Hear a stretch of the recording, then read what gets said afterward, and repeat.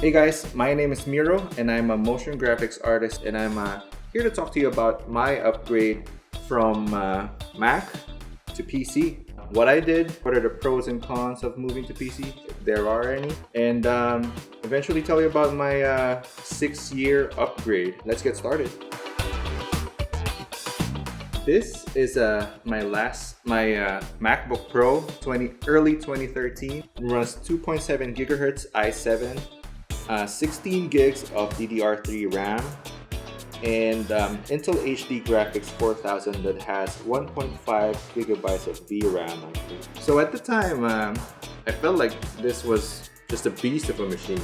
You know, I play games with it. I render from Cinema 4D, After Effects, a lot of Element 3D. It's been working and going strong since early 2013.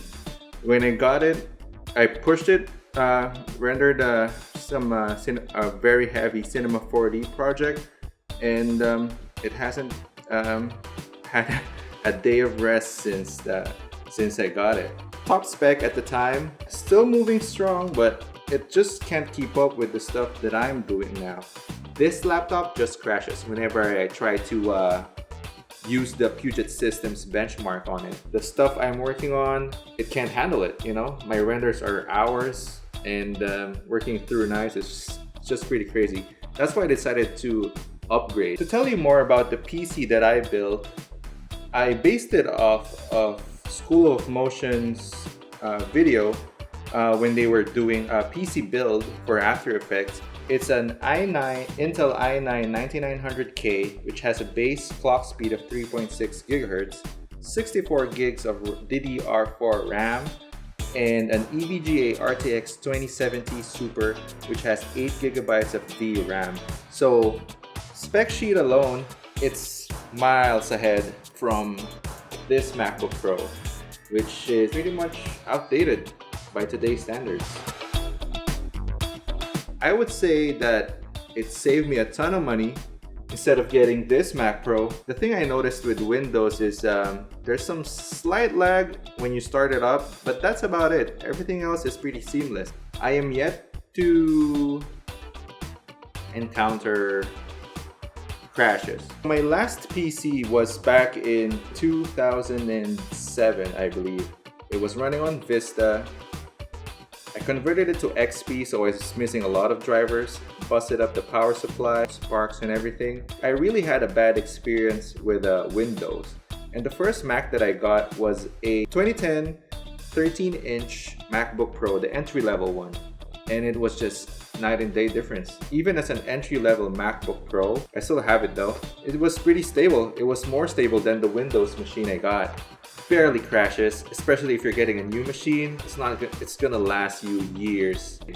But when I was looking around, I was looking at the Mac Pro, which is set to come out pretty soon, and this thing starts at $6,000. I don't know about you, but I think that's too much for me.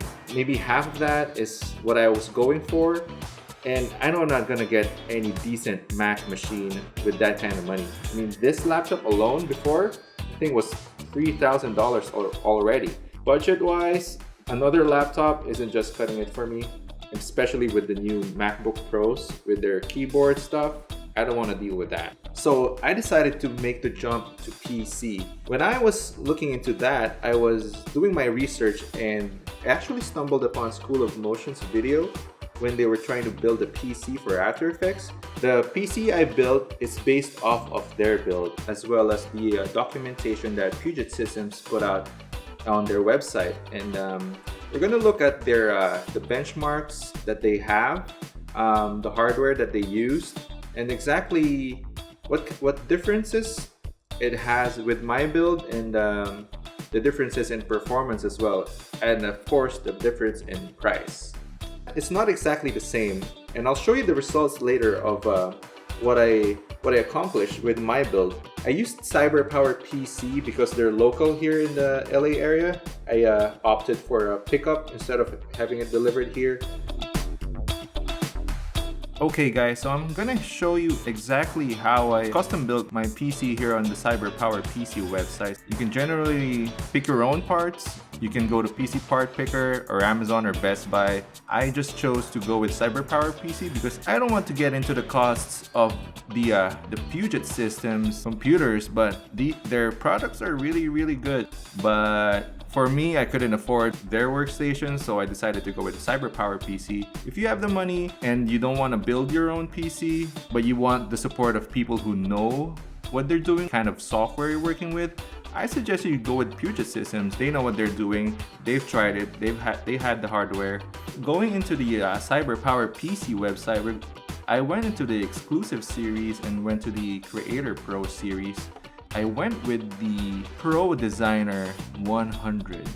Why did I go with the Pro Designer 100 instead of the 200 or the 300?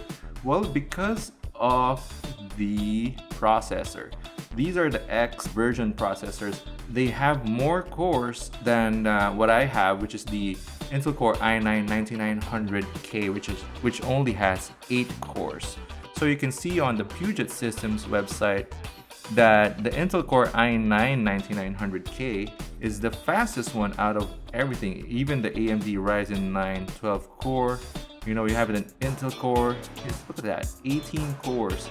And this Intel Core i9-9900K is the best for working with After Effects, basically. Because based off of the research and interviews that School of Motion did, people from Adobe and actually said that you're better off with a higher base clock than more cores. But that's exclusively if you're working with After Effects. If you're gonna use Cinema 4D and you're gonna be rendering a lot of heavy stuff, I suggest getting something with more cores. Maybe do the Pro Designer 200 or the Pro Designer 300. So we can see here that their specs are using the that same CPU, the Intel Core i9-9900K and NVIDIA GeForce RTX 2080. I kind of followed exactly what they did here, even how they did the hard drive. The biggest difference would be the GPU that I use. I only have the 2070 Super. The reason why I went with the 2070 Super is because from the Puget Systems benchmarks, there's no real difference between any of the GeForce RTX 2080. Even the 2080 Ti has a score of 9.1 and the 2070 Super is an 8.8. That's 0.3 FPS, 0.3 frames per second. That doesn't even matter. And like I said before, like the GeForce RTX 2080 Ti 11 gigs, that's just pretty weird. Like 8 gigs, cool. 12 gigs, cool. 16 gigs, cool. It's just a weird number for me. Even the GeForce RTX 2060 Super 8 gigs has a score of 8.7. You can do good with that already. But I'll show you again how exactly I built that on CyberPowerPC's website. So I picked the Pro Designer 100. Let's just hide these unnecessary things. I got this case right here, NZXT H510 mid-tower gaming case. You can choose whatever case you want. Extra case fans, you can get some for like $50, but I just use the default case fans. Here's the CPU. So we're gonna do the i9-9900K, no overclocking. We're not gonna do any overclocking. Cooling fan. You can basically pick whatever cooling fan you want. Depends on the case you got, how big your radiator would be. But I got this one. No RGB on the fans, but there's RGB on that cooling system, on that coolant right there. So that's pretty neat. So for the motherboard, we're just looking at anything with the Z390 motherboard. I got the Gigabyte motherboard, Aorus Pro. Has enough expansions or whatever that I need. We're gonna move forward with the RAM. So we're gonna do 64 gigs of RAM. Let's get a Corsair. We got the Corsair. You can get the RGB, but that's $168 more. The motherboard I got already has RGB where the RAM slots are and around here. So video card. So here's the thing with the video card.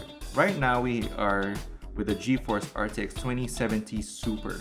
But if you're gonna look into the 2080 Ti, it's $100 off, but you're still gonna add $600 over it. And if you feel like that $600 is worth it, then by all means go. So I went with the EVGA GeForce 2070 Super, yeah, make sure that you're not using something that's pre-overclocked.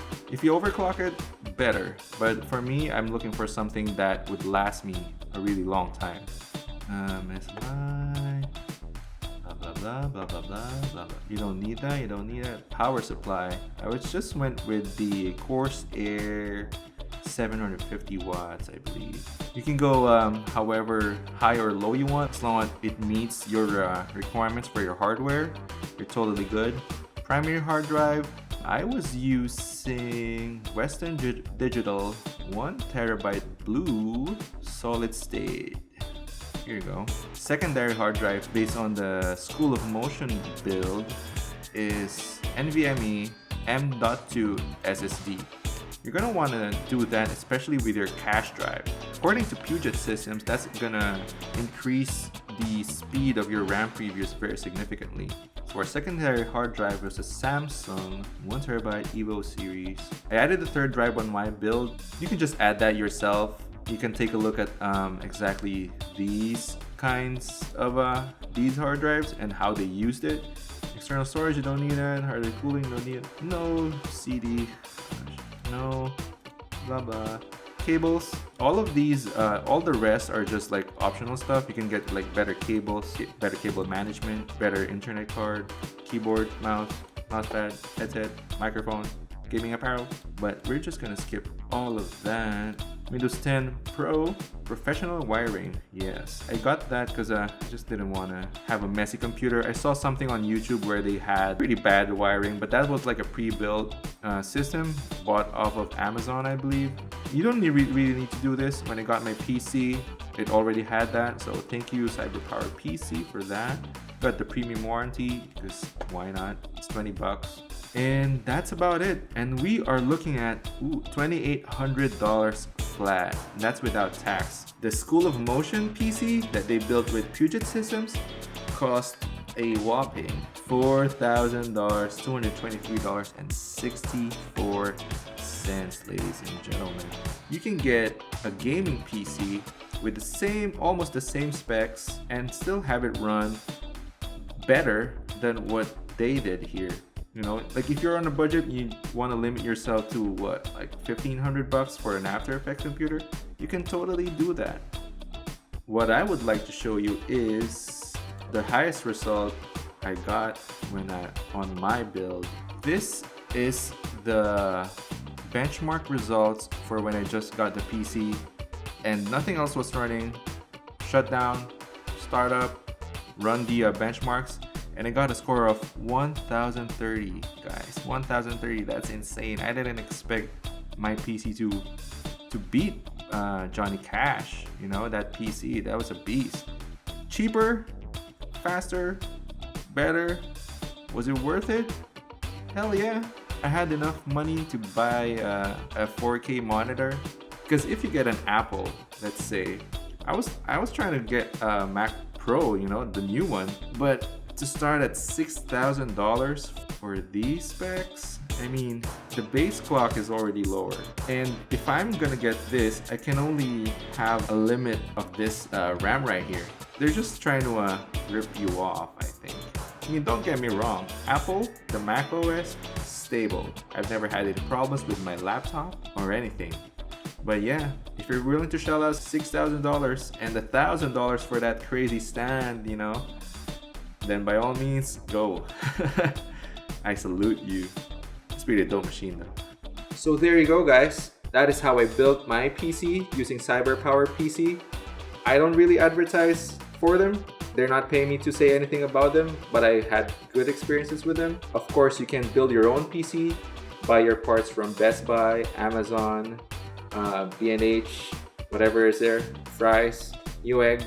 You can go ahead and pick out your parts, base it off of the stuff that Puget Systems has out, their documentation, all their benchmarks, and build it. Or you can get a $6,000 Mac and settle for that. They say it's going to be modular, but from experience, I don't really know what they're going to do with it, how long they're going to keep doing it. So I think the PC is, and moving to Windows is the best thing to do today. It's all up to you. Puget Systems has has done their research in terms of hardware, and you can't go wrong with that. I decided to build my computer using CyberPowerPC, which is most likely a gaming PC, but that's because of budget constraints. If you're the type of person who doesn't want to get into much detail about setting up a computer, you just want it to plug and play, get a Mac or get it from Puget Systems. You'll get support. If you're asking for problems with a specific software, they could help you out. I doubt I can do that with CyberPowerPC, which is what I did. So I hope nothing happens. Hope nothing bad happens. So thanks again, guys. I hope I helped you in your decision if you're gonna move from Mac to PC. Thank you for watching it all the way. Moving to PC is the way to go for me. And if you can shell out $6,000 for one of these, or maybe more than 20 grand, if you want to max that out, then go for it. Industry standard, yeah. Andrew Kramer uses PC, so peace.